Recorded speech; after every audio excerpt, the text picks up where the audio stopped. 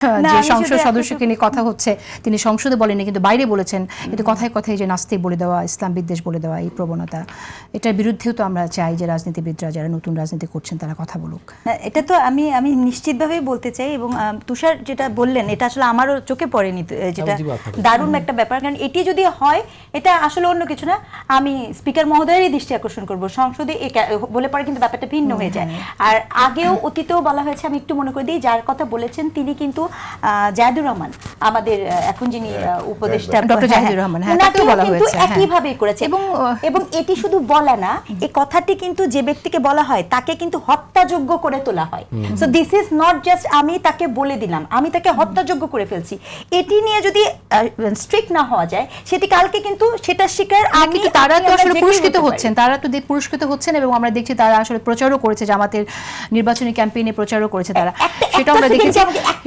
Just 10টা second শুধু একটা বলি, দেখেন এটা খুব গুরুত্বপূর্ণ। আপনাদের মনে আছে ডেইলি স্টার, উদীচী এবং ইসে যখন আগুন দিল, দুটো বিশ্ববিদ্যালয়ের নেতারা বলেছিলেন, বাংলাদেশ জামাতি ইসলামের ছাত্র নেতা, আপনি জানেন আমার বিশ্ববিদ্যালয়ে ছাত্র শিবিরের যে নেতা, আমার ছাত্র শিবিরের যে নেতা বলেছিলেন আগামীকাল শাহবাগীদের তছনছ করে দিব, উদীচী ধ্বংস করে দিব, তাকে তখন বলল তারা ব্যক্তিগত, আর তাকে রিওয়ার্ড সময় নতুন তাদের যে কমিটি হয়েছে, এখন সে সেই শিবিরের সেক্রেটারি, সরি সভাপতি।